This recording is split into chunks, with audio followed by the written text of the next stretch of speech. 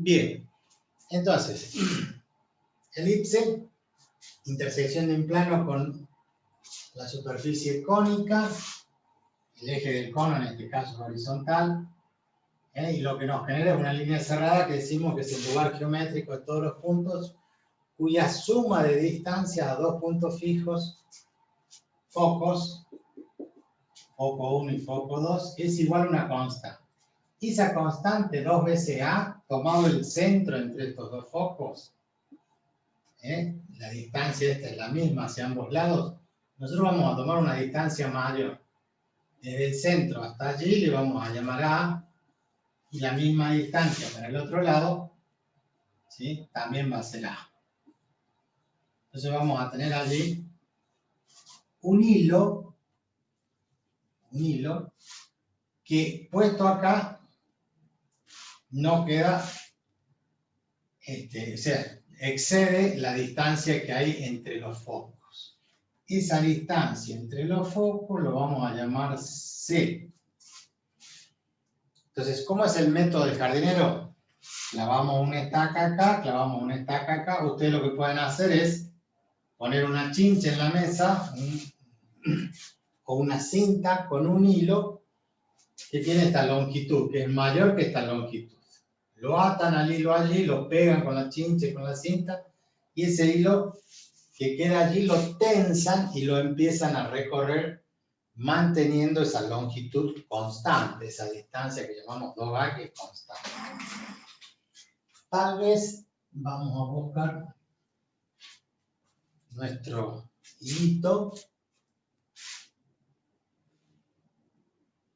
Probablemente esto les llame la atención, pero bueno, estaríamos acá en un foco con el hilo y con el otro foco acá. El hilo excede la longitud esa, podríamos tomar allí,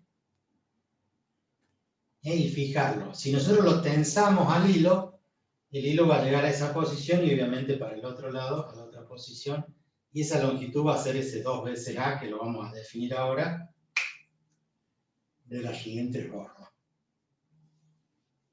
Hacemos así. Y obviamente este hilo también en la parte posterior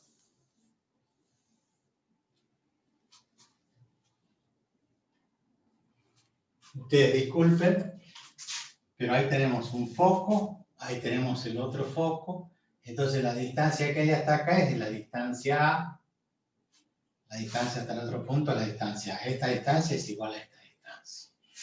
Y esto, que es la distancia al centro, debe ser la misma. ¿Se entendió?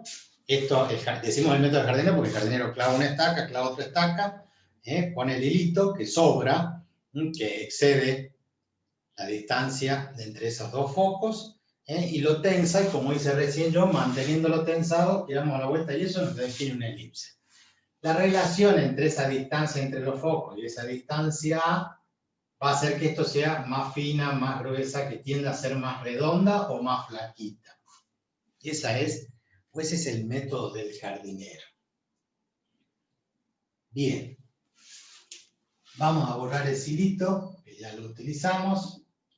Vamos a colocar acá, sobre el punto C, el centro de nuestro sistema de ejes coordenados cartesianos, de tal forma que vamos a tener entonces el eje X,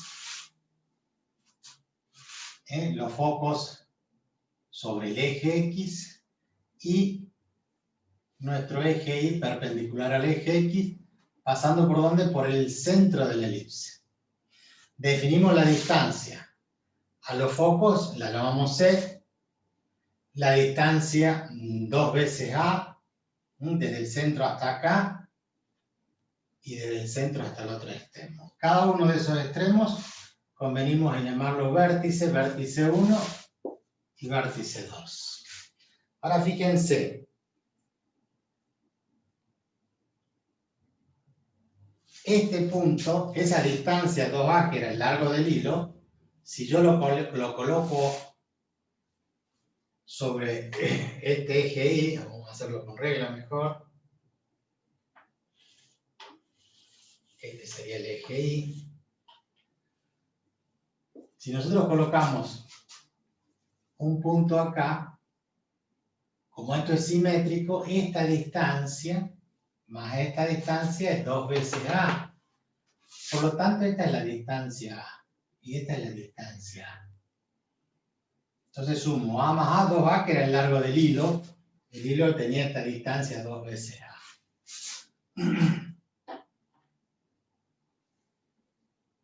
Y si esa distancia A la tomamos con el compás, va a ser esta distancia A. O sea que si nosotros medimos esta distancia y la trasladamos al centro, vamos a tener que esta distancia es A, no esta que está acá, ni esta que está acá, perdón, sino esta distancia, porque la distancia a dos puntos fijos es constante y vale 2 veces A más A. Entonces, teniendo que esto es C, este cateto es C, la hipotenusa es A, me queda acá entonces un cateto que va a ser B. Entonces, por nuestro famoso Pitágoras, A cuadrado es igual a B cuadrado más C cuadrado. Entonces vamos a definir acá un vértice 4 y acá un vértice 3. Vértice 1, 2, 3, 4. En ese rectángulo tenemos inscrita nuestra elipse. Dice, es el lugar geométrico de todos los puntos cuya suma de distancias a estos dos puntos fijos se mantiene constante y es igual a 2 veces A. ¿Cómo sé yo que es así? Y la distancia es esta distancia que hemos definido para trazar los 2A. Entonces, si el punto está en este vértice, la distancia a un foco más la distancia al otro foco tiene que ser la distancia 2 veces A. Cosa que es cierto. Desde B1 a F2 más de B1 a F1, de acá hasta acá más la distancia de acá hasta acá tiene que ser constante. ¿Cuánto vale B1 a F2? Esta distancia es A menos C. Si yo a A le resto C, me queda esto, que es A menos C. Y si yo quiero tomar esta distancia, a esta distancia C, que es del foco al centro, más esta distancia A, tendría A más C. C con menos C se va y me queda la distancia 2 veces A. Que también estaría acá en este vértice porque tendría, como es simétrico, esto más esto es 2 veces A, por lo tanto cada una de ellas vale A. Entonces, sabiendo que tengo A y C, definimos que la altura por el vértice vale B. Para arriba y para abajo. Entonces tengo 2 veces A, 2 veces B, 2 veces C. Esto es lo que va a determinar que nosotros podamos deducir cuál es la ecuación canónica de la elipse. Para lo cual tenemos que hacerlo en forma genérica. O sea, elegimos un punto P genérico que tiene ¿qué coordenadas? X e Y.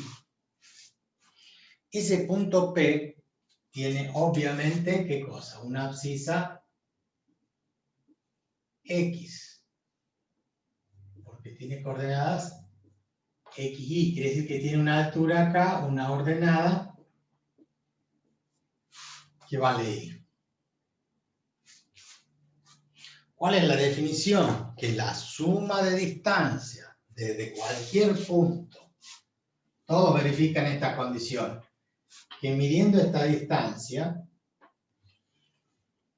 y sumándole esta otra distancia,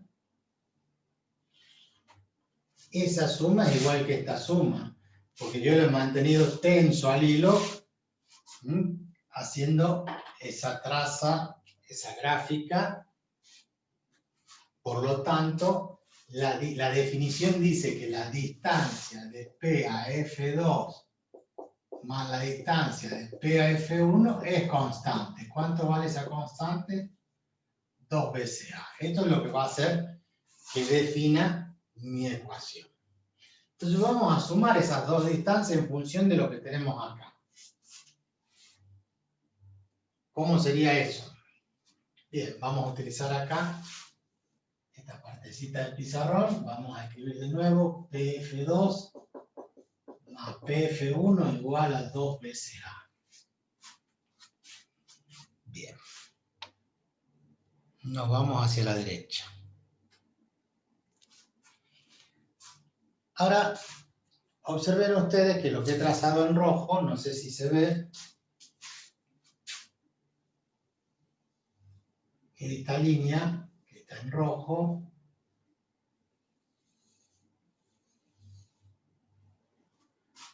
me está definiendo esas dos sumas de distancias. ¿Cuánto vale esta longitud?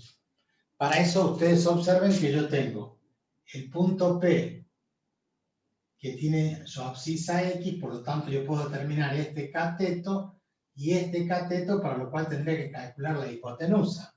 La hipotenusa es la raíz cuadrada de la suma de los catetos al cuadrado. ¿Cuánto vale un cateto? Este cateto, ¿cuánto vale? Si esto es X, porque es la abscisa del punto, es esta longitud que va desde el origen, desde 0 hasta X. Más esta longitud que es la distancia C que hay al foco. Entonces esto es X más C me da un cateto elevado al cuadrado. ¿Cuánto vale el otro cateto? Es la altura que tiene el punto P, o sea, es la ordenada I. Entonces ahí tengo el otro cateto elevado al cuadrado. ¿Se entendió? En este triángulo P, F1, y acá le llamemos Q, en PF1Q, tengo ese triángulo rectángulo donde la hipotenusa es la raíz cuadrada de la suma de los cuadrados de los catetos.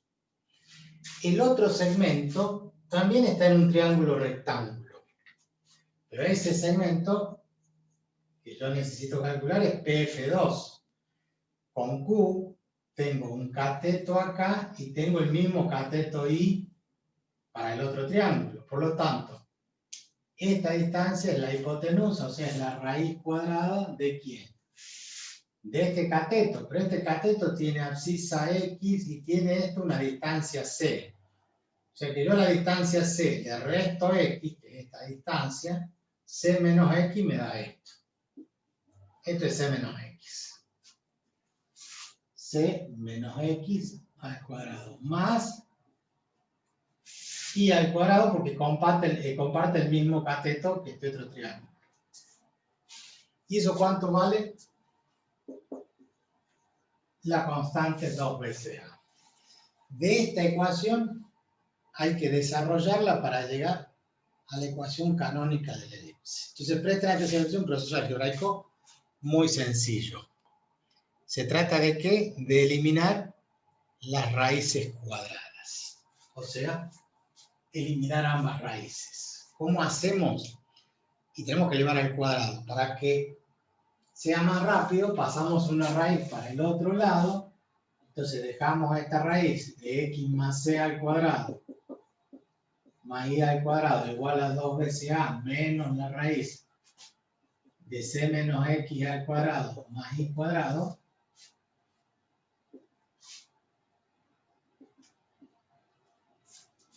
Y elevamos miembro a miembro en una igualdad. Yo puedo elevar al cuadrado acá y puedo elevar al cuadrado acá. De este lado, ¿qué va a pasar? Se va a cancelar la raíz. Entonces, me va a quedar x más c al cuadrado, que es el cuadrado de un binomio. X cuadrado más 2 por x por c más c cuadrado. ¿Sí? Más y cuadrado. Y acá tengo el cuadrado de un binomio también. Que ojo, acá no puedo simplificar. Tengo que hacer el cuadrado de un binomio. Como si tuviera a menos b igual al cuadrado. Va el cuadrado al primero. 2 al cuadrado 4, a al cuadrado. Menos el doble producto del primero. 2 por 2a, 4a. Por el segundo.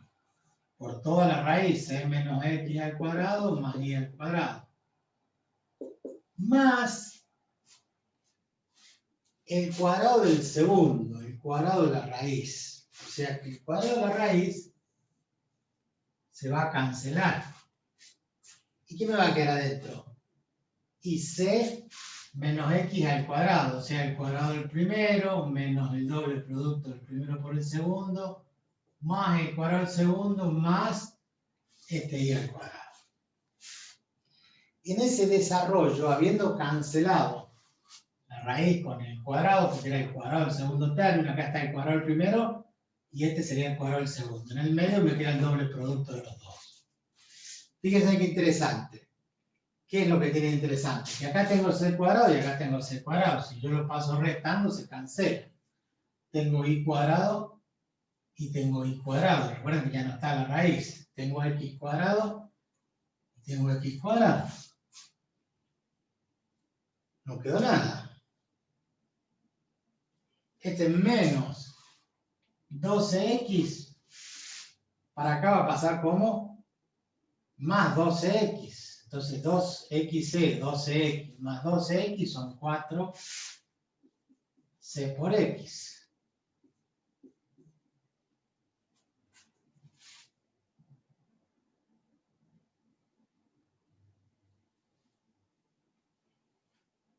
Y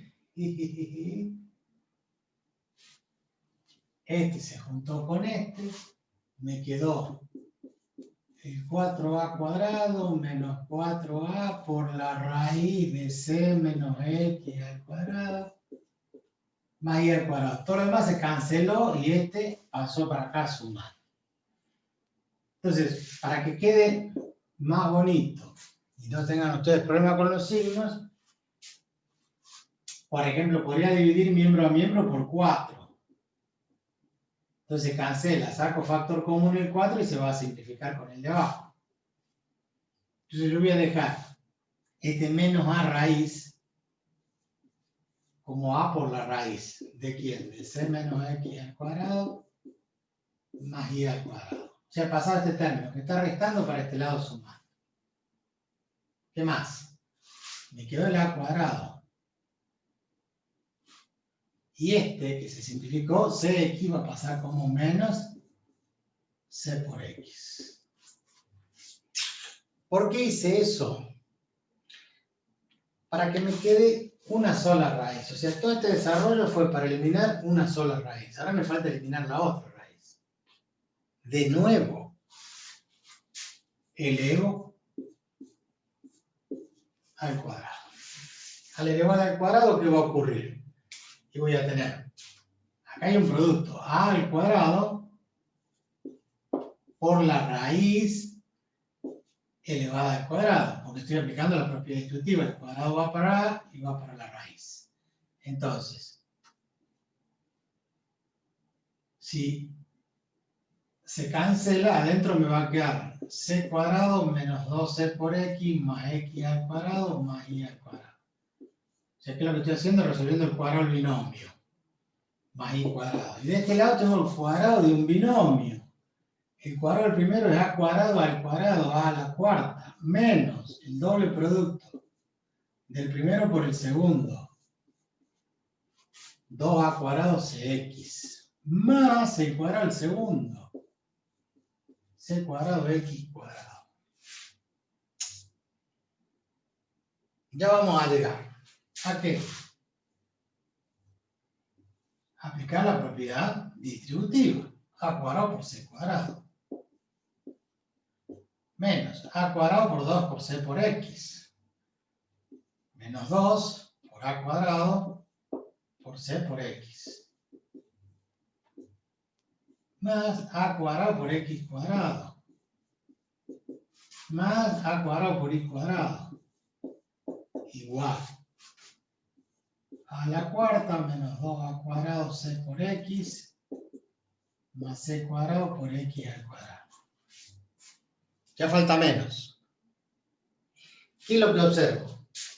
Que tengo menos 2a cuadrado c y acá tengo menos 2a cuadrado cx. ¿Son iguales? Son iguales. Si este pasa para acá sumando o este pasa para allá sumando, se cancelan. Profe, Señora. no entiendo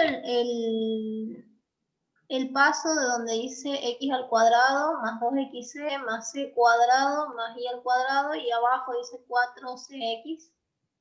¿Cómo se llegó a eso? Ahí me perdí un poco.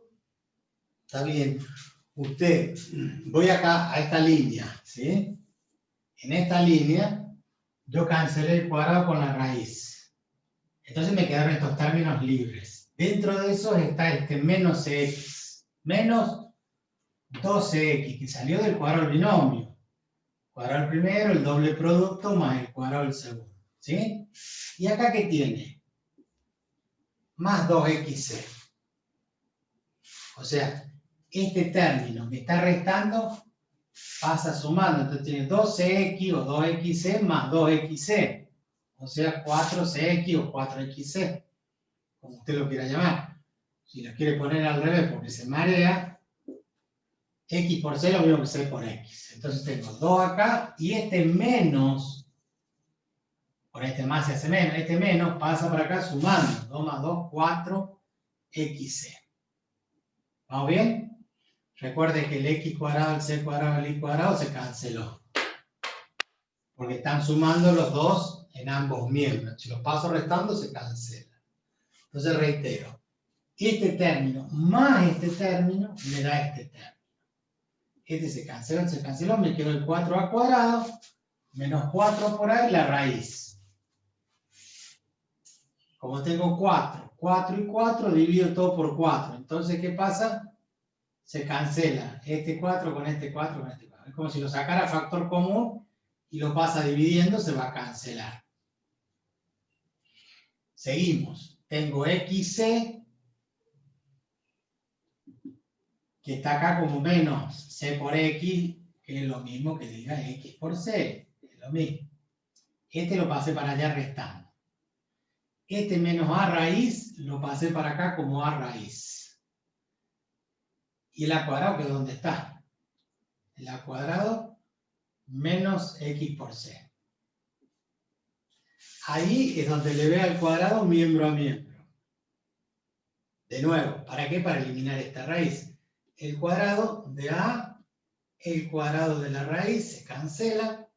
Y el a cuadrado queda multiplicando todo lo que está dentro de la raíz, como si fuera un paréntesis. O sea, usted imagine que acá hay un paréntesis. Entonces voy a aplicar la propiedad distributiva. A cuadrado c cuadrado, a cuadrado 12x, a cuadrado por x cuadrado y a cuadrado por y cuadrado. Del otro lado, cuadrado binomio. Cuadrado al primero, cuadrado al cuadrado a la cuarta. Doble producto de estos dos. 2 por a cuadrado por c por x. Más el cuadrado del segundo, el cuadrado y c cuadrado, o al revés lo mismo. Cuando yo distribuí, observé qué cosa, que este término es igual a este término. Allá está restando, acá está restando. Entonces se cancelan, porque si yo lo paso sumando, se cancela.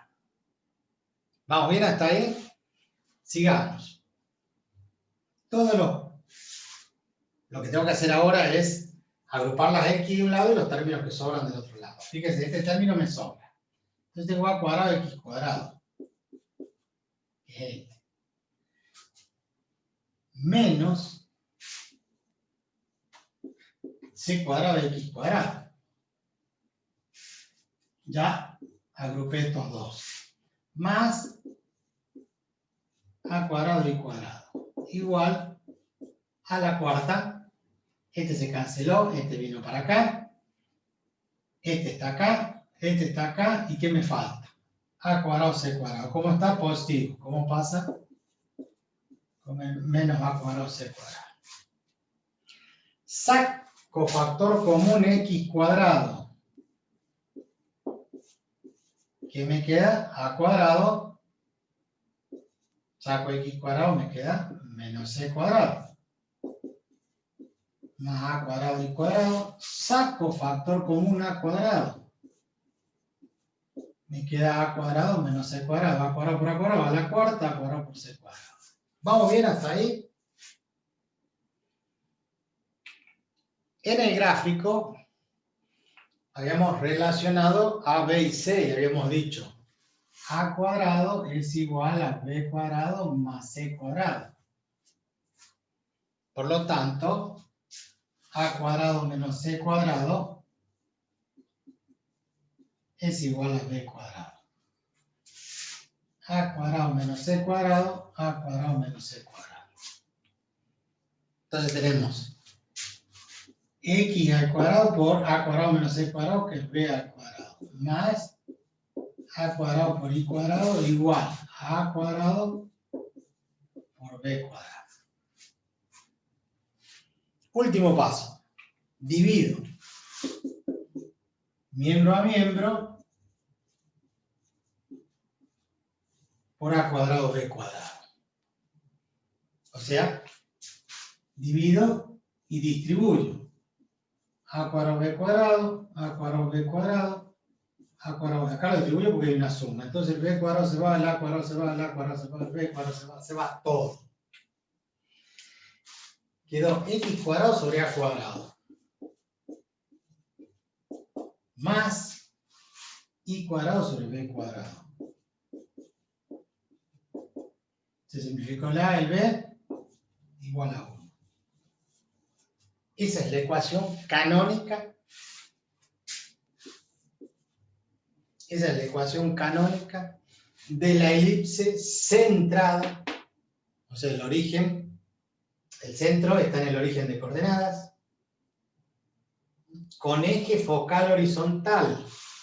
Advierto, la elipse podría estar como si estuviera parada, ¿no? Esto como si fuera el 2A en el eje Y, entonces sería más angosta acá y más larga ahí.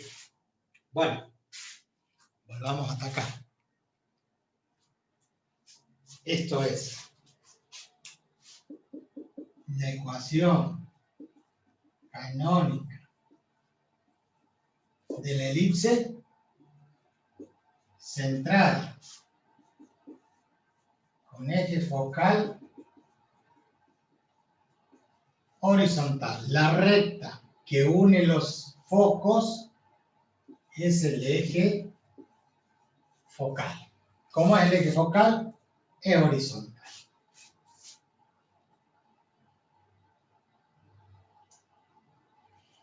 Si yo trasladara los ejes a otro lugar, o sea, si yo tuviese o tuviera un nuevo eje Y y un nuevo eje X, un nuevo sistema de ejes coordenadas. Lo único que hemos hecho es trasladar estos ejes acá, a cualquier lado. El centro pasaría a llamarse acá H y acá la coordenada sería K. Pero la elipse es la misma, la relación entre A y B y C, la misma, la distancia sigue siendo suma. Y lo único que cambia es que he pasado los ejes acá. Entonces, hacer ese traslado, la ecuación esta se traduce en ¿quién? En X menos H elevado al cuadrado sobre A cuadrado más I menos K al cuadrado sobre B cuadrado igual a 1. Y sería la misma ecuación, el mismo desarrollo, no lo vamos a hacer, de la ecuación canónica de la elipse, obviamente, pero descentrada, también con eje focal horizontal. Si H y K valen 0, significa que el origen está acá. Entonces esta es más general que esa. Porque H y K si valen 0, me queda X cuadrado más Y cuadrado sobre A cuadrado B cuadrado igual a 1. ¿Se entiende? Si estuviera descentrada, H y K siempre están con los signos cambiados. Acá, para este origen, H es positivo y K es positivo, pero en la ecuación aparecen en forma negativa. Si la elipse no fuera horizontal y los focos estuvieran sobre el eje Y, tendríamos las ecuaciones similares similares, pero de la siguiente forma. Lo que quiero decir es, si nosotros tenemos que el foco está acá y el otro foco está acá, y nuestra elipse se encuentra enmarcada allí y tiene esta forma, y acá tiene un foco y acá el otro foco, entonces el eje focal es vertical. Eje focal vertical. Esta distancia sería B, B, y ahora esta distancia sería A. Acá sería menos B, allí sería A, y acá sería menos A, sabiendo que esto es 0. Igual la distancia C, la distancia A. Verifica todo lo mismo, se desarrolla la ecuación, y la ecuación queda x cuadrado sobre b cuadrado más y cuadrado sobre a cuadrado. ¿Qué cambió? Cambió el a cuadrado por el b cuadrado. ¿Dónde está la a? Está debajo de la letra i. ¿Dónde está b? Debajo de la letra x. ¿Cómo me doy cuenta quién es a y quién es b? Siempre a es mayor que b. Siempre vamos a armar un rectángulo donde la base va a ser mayor que la altura. Acá al revés, la base va a ser menor que la altura. En ese caso, A está sobre el eje Y. Y es la misma ecuación canónica de la elipse centrada, pero con eje focal vertical. Con eje focal vertical. Con todos los mismos elementos y todo lo demás. Y además, lo mismo que la descentrada. O sea, x menos h al cuadrado sobre b cuadrado más i menos k al cuadrado sobre a al cuadrado igual a 1. Yo tengo que desarrollar la ecuación y esta sería descentrada. A comparación de esta que es centrada. Tengo 4 versiones. Tengo que saber de antemano, o no, va a depender de las ecuaciones, cuál es, por un lado, el eje focal, si es horizontal o vertical, eso es fundamental. ¿Dónde voy a saber eso? Cuando llegue a la ecuación canónica y tenga x cuadrado sobre 100 más y cuadrado sobre 20. El que sea más grande implica entonces que a cuadrado, obvio, va a ser mayor que, si a es mayor que b y lo elevo al cuadrado, también a cuadrado va a ser mayor que b cuadrado. No hay duda de eso. Entonces,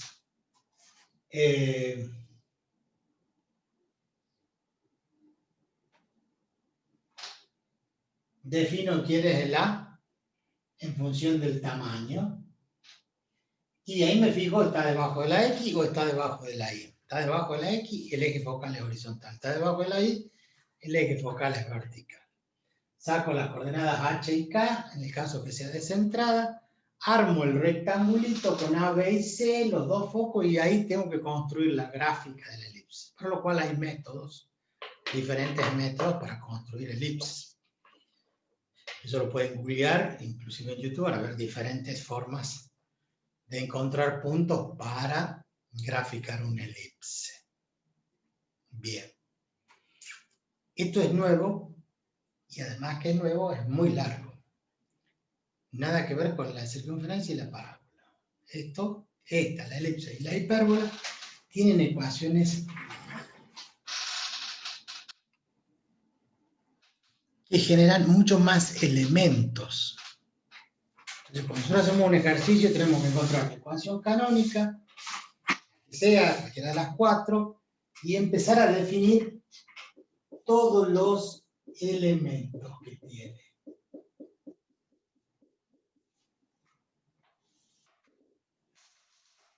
Entonces, cuando hablo de elementos, empiezo a enumerar todos los elementos. Uy.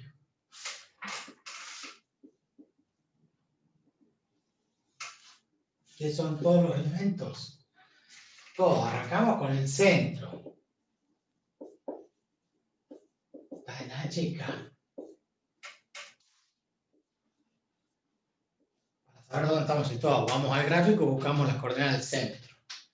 El centro. A partir de ahí, sabiendo cuál es A y B, definimos, con A y B definimos C, porque A cuadrado igual a B cuadrado más C cuadrado. Entonces definimos los focos donde están. Foco F1 y foco F2. Un foco, el de la izquierda, está desde H para allá restándole C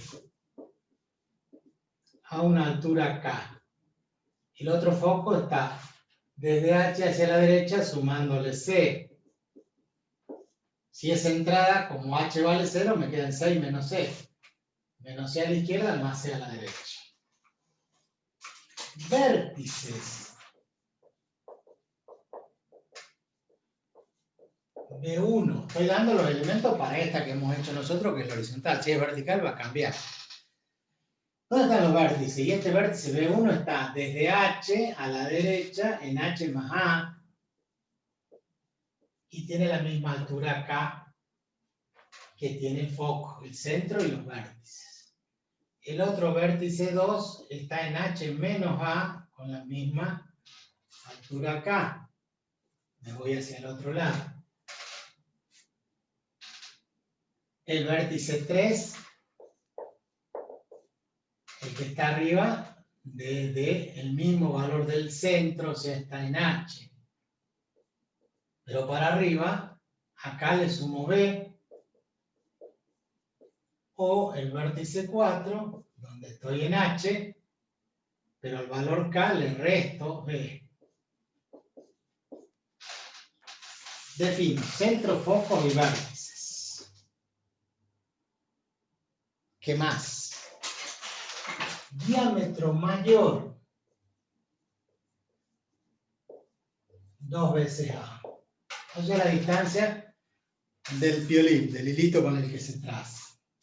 Diámetro menor. 2 veces B. O sea, la altura del rectángulo que tiene 2A por 2B. Distancia focal. La distancia es 2 veces C, la distancia que hay entre foco y foco. El segmento F1, F2, esa es la distancia focal.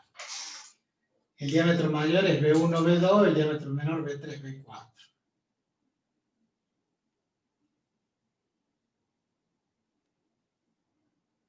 Profe, Señora.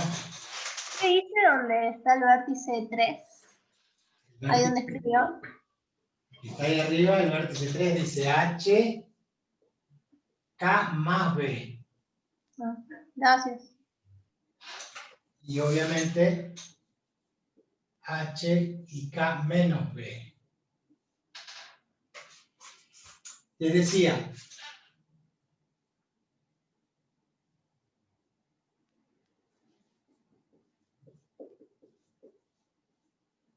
que la distancia focal era 2 veces C y era el segmento que hay entre los focos.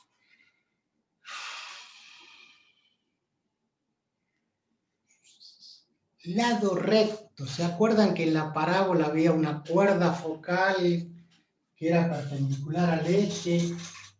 Lado recto, LR. La Rioja.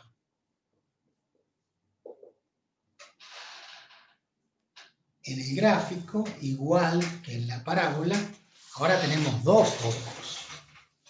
Entonces, hay dos cuerdas focales. Ahora, les digo cuál. Las rectas que son perpendiculares al eje focal y que pasan por el foco. O sea, este segmento que está acá,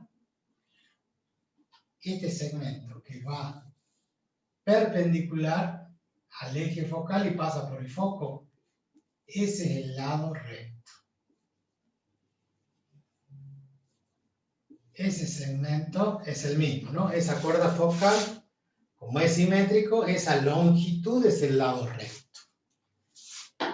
¿Cuánto vale el lado recto?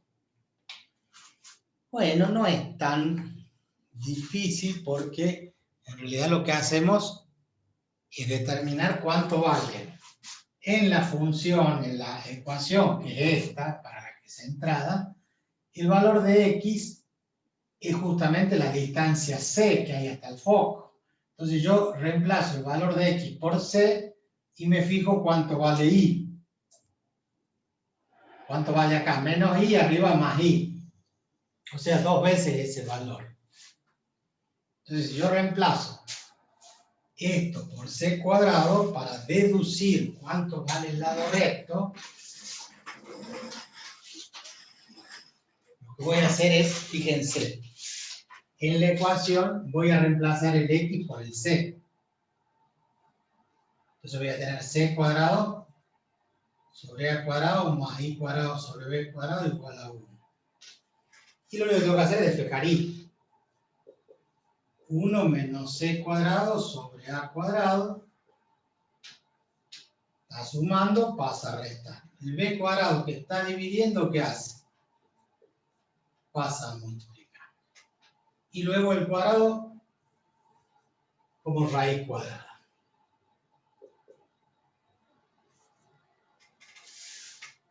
Saco común denominador. Entonces tengo a cuadrado dividido en 1, a cuadrado por 1 a cuadrado, menos c cuadrado. Por b cuadrado, raíz cuadrada. Esto es i. La raíz cuadrada cuadrado menos c cuadrado, pero hemos dicho que a cuadrado menos c cuadrado era b cuadrado en el desarrollo.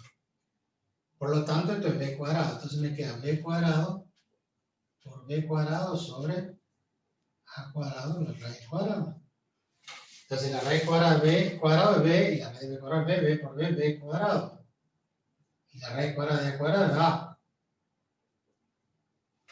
Más menos b cuadrado sobre a. ¿Por qué más menos? Porque este valor que está acá es menos b cuadrado sobre a.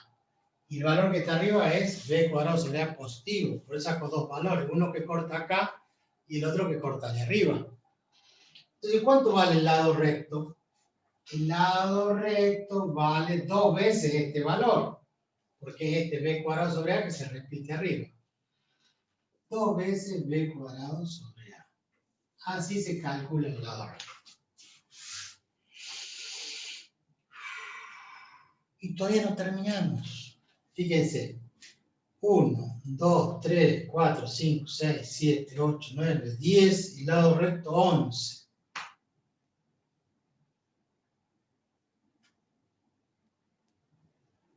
Habiendo definido A, B y C de la ecuación. Y me queda la excentricidad. Excentricidad. Que tiene que ver con el grado de redondez que tiene el elipse. Porque hay elipses que son casi redonditas y hay otras que son bien aplanadas.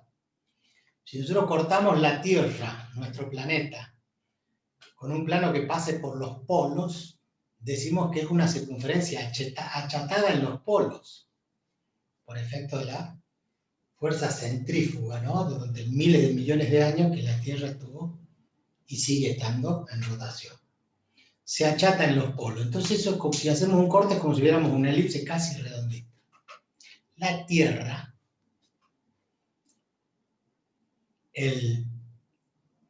los planetas giran alrededor del Sol en una órbita elíptica. O sea, hay una elipse y el Sol está en uno de los focos, pero tiene una excentricidad muy baja. O sea, esa elipse que describe la Tierra no es tan exagerada, sino que es casi redonda. Hay muy poca diferencia. Pero ¿cómo se define la excentricidad? La excentricidad, por definición, es 2 veces la distancia C sobre 2 veces la distancia A. Por lo cual nosotros la definimos así, pero ya sabemos que hay que simplificar. Entonces, es la relación entre la distancia focal y el diámetro mayor.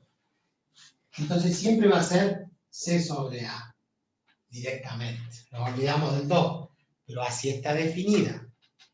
¿Quién es C? La distancia al foco. ¿Quién es A? La distancia al vértice. A siempre es mayor que C. Entonces, esto es una fracción propia, pura. Este número siempre va a ser menor que 1. Porque nosotros hemos dicho que A cuadrado es igual a B cuadrado más C cuadrado. A es la hipotenusa, siempre es mayor que cualquiera de los dos catetos. Es menor que 1. Y mejor aún, A y C son valores positivos, o sea que la excentricidad siempre va a ser positiva. La excentricidad siempre va a ser menor que 1, pero va a ser mayor que 0. Siempre. En esos dos extremos están los límites.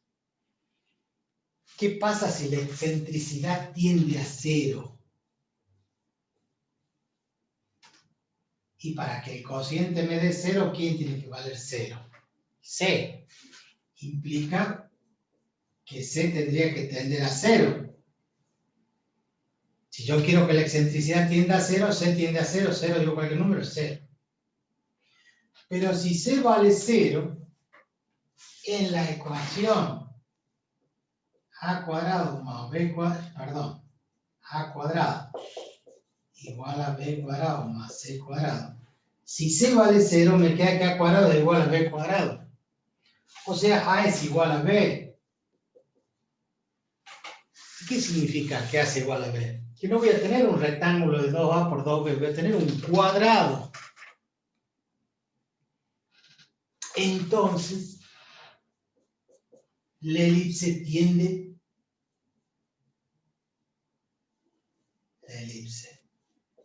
¿Tiende a qué? A la circunferencia. O sea, si yo tengo una excentricidad próxima a 0, 0,001, es casi una circunferencia.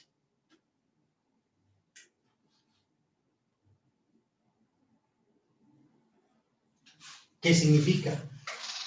Que estos focos, la distancia C tiende a 0, los focos tienden a juntarse con el centro, y si los dos focos están en el centro, ya es una circunferencia. O sea que la circunferencia es un caso particular de la elipse. Podríamos redondear allí. Hemos visto que la intersección del plano con el cono, cuando iba variando el ángulo, si el ángulo era perfectamente perpendicular al eje, cortaba en una circunferencia. Entonces la elipse habla de la excentricidad, de que es la relación del ángulo respecto de los 90 grados. A medida que se va alejando de los 90 grados, la excentricidad empieza a aumentar de 0 hasta 1. ¿Y qué pasa cuando tiende a 1?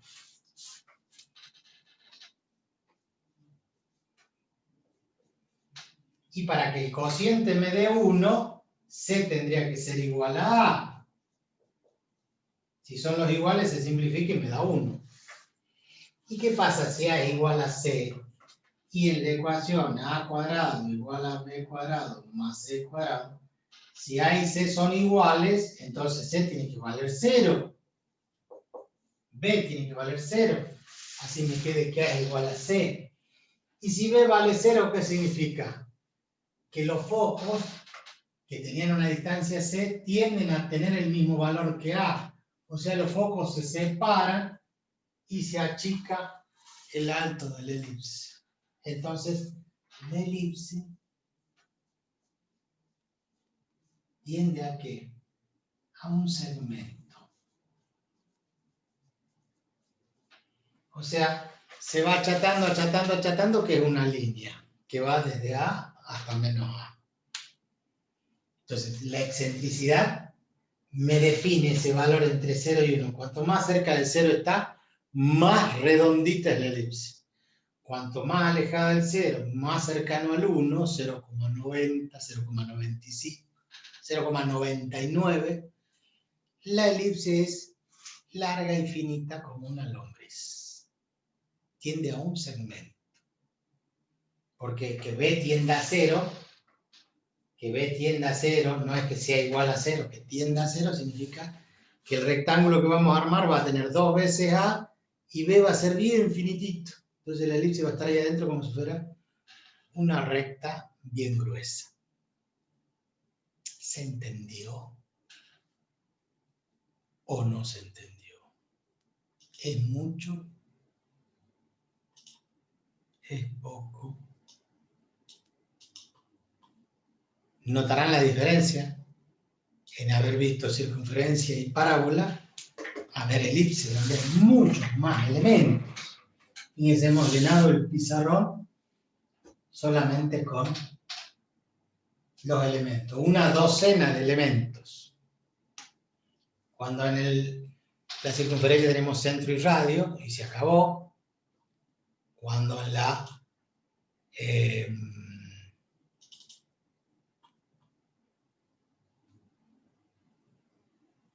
sí, Carla va a tener que ver el video después.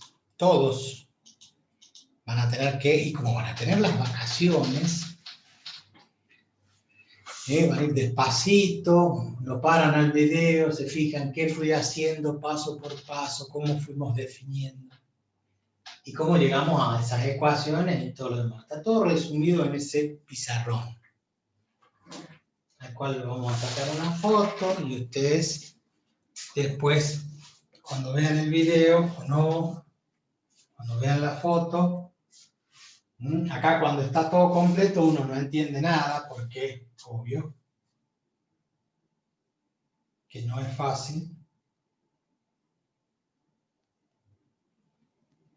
Ay, se lo estaba mandando a tercer año, ¿no? Segundo año.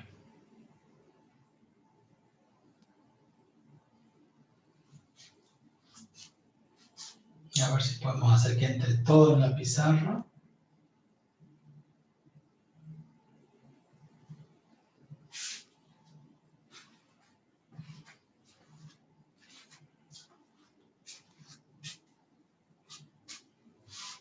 Bien, ahí entró todo en uno solo.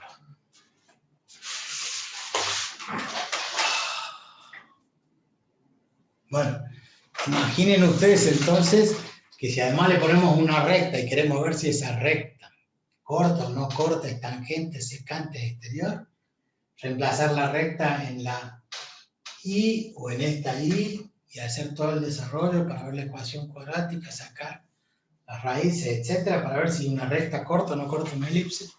También tiene un desarrollo largo. Mucho más largo aún si la elipse llega a estar torcida. Si el eje focal, en vez de horizontal o vertical, es oblicuo.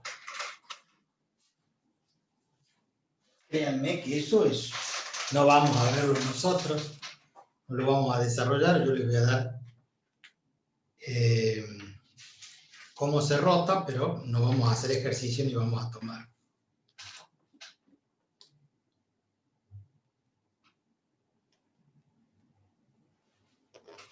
Les muestro nada más aquellos que no tienen el libro, pero si ven el libro en la página 190, 191, en una carilla hay una elipse torcida. Miren las ecuaciones. Paz y sigue el ejercicio en la otra hoja. Miren las ecuaciones. ¿Ven el tamaño de las ecuaciones hasta el final?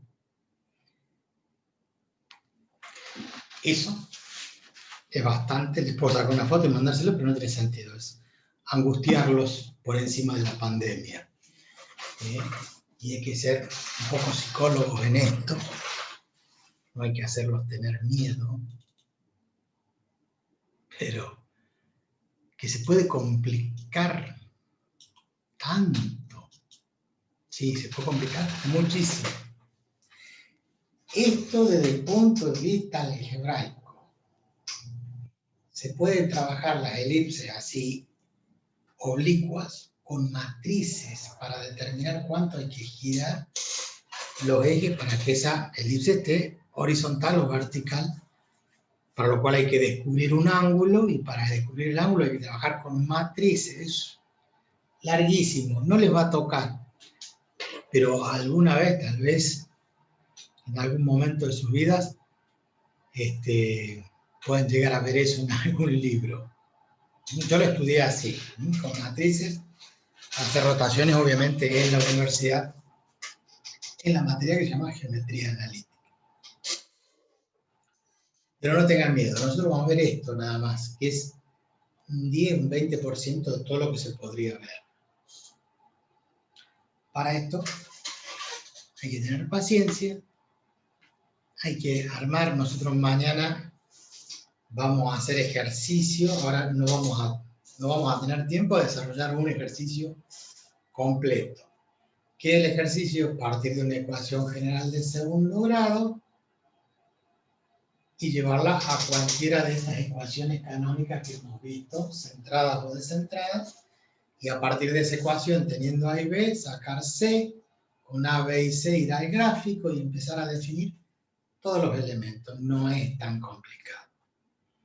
Dicho que de la ecuación general, completar trinomios, como hicimos para circunferencia y parábola, también va a ser lo mismo para elipse e hipérbola, nada más que va a ser un poquito más largo.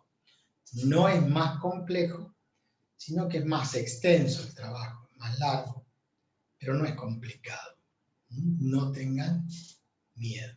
Eso sí, hay que respetarlas, las ecuaciones, porque son bastante largas. Aumenta la probabilidad de equivocarnos en el cálculo. Hoy, rápidamente, nosotros vamos al graficador, eso sí podemos hacer, porque ustedes tienen el GeoGebra, ustedes tienen cualquier graficador que hayan descargado en su computadora. Entonces yo les puedo escribir ahora, veamos si puedo abrir. Acá estamos subiendo el video de análisis 2 de esta mañana. Ahora vamos a minimizar esto. Vamos a ir al graficador. ¿A dónde estará? Acá está. Entonces vamos a compartir pantalla. Vamos al graficador. Y podemos escribir una ecuación. Podemos poner x menos 2, o sea, h sería la coordenada, elevado al cuadrado. Todo eso sobre 9, no, sobre 25, más y menos k, paréntesis, y menos 4, cierro el paréntesis, lo elevo al cuadrado, y todo dividido en 16. Y tiene que estar igualado a 1.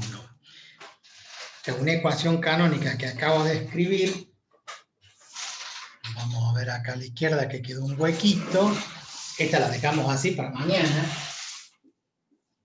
x menos 2 al cuadrado sobre 25, más y menos 4 al cuadrado sobre 16, dije, igual a 1. Y esto en el graficador, Enter, y ahí está, como por arte de magia, ya tenemos la ecuación. Como habrán visto, el a cuadrado es 25. O sea, la raíz de 25 es 5. O sea que a vale 5. Tengo 5 unidades. Desde este punto, que es menos 3, hasta el otro punto, que es 7. Acá en el eje X medimos del menos 3 a 7, 10 unidades. ¿Cuánto vale B? Y acá dice 16. 4 al cuadrado de 16, que sí que B vale 4. Tengo desde el 0 hasta el 8. El foco, entenderán ustedes que a cuadrado menos b cuadrado, 25 menos 16 es 9, la raíz de 9 es 3, quiere decir que hay un foco que desde el centro, que es 2, 4, que es este que estoy marcando acá, tomo 3 unidades a la derecha, en 5 va a estar un foco y a la izquierda, en menos 1 va a estar el otro foco. Bueno, esto que es una elipse, nosotros podemos ir cambiándole. Por ejemplo, vamos a sacar el 16, vamos a poner sobre 9 y nos va a dar algo parecido. Cambio el valor de B y va a cambiar el foco. Y así podríamos seguir haciendo un montón de gráficas. Sacamos el 9, ponemos el 4, se hace más chiquitita. Sacamos el 4 y ponemos el 1, y se hace más chiquitita. Aparte queda bonito. ¿No quieren eso?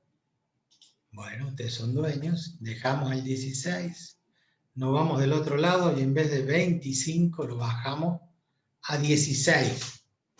Y ahí tenemos 16 y 16. O sea, A cuadrado y B cuadrado son iguales. ¿Y qué me dio una circunferencia?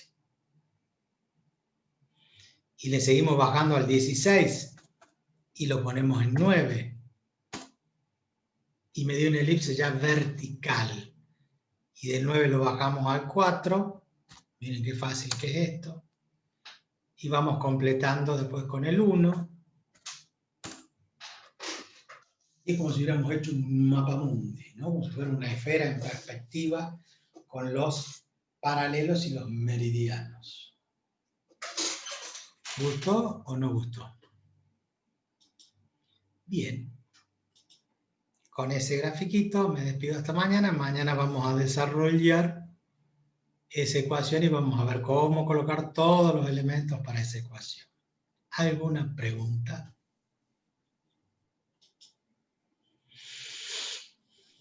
Yo no pude entrar, profe. ¿Puede sacar foto a lo que hizo y subirlo? Así después veo la clase con la imagen. La foto ya la subí.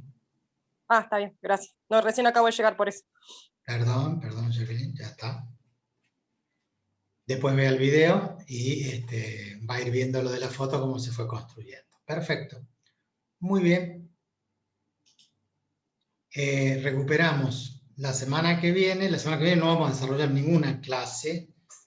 Vamos a ir directamente a los parciales, a los recuperatorios. O sea que no vamos a tener clases. ¿Qué vamos a hacer? Vamos a juntarnos el lunes para que recuperen análisis matemático y el viernes para que recuperen geometría analítica, el primer parcial. El resto de la semana no tenemos actividad. ¿Estamos de acuerdo? Aquellos que ya han aprobado uno u otro o los dos, nos veremos el año que viene a partir de la semana del 22 de febrero.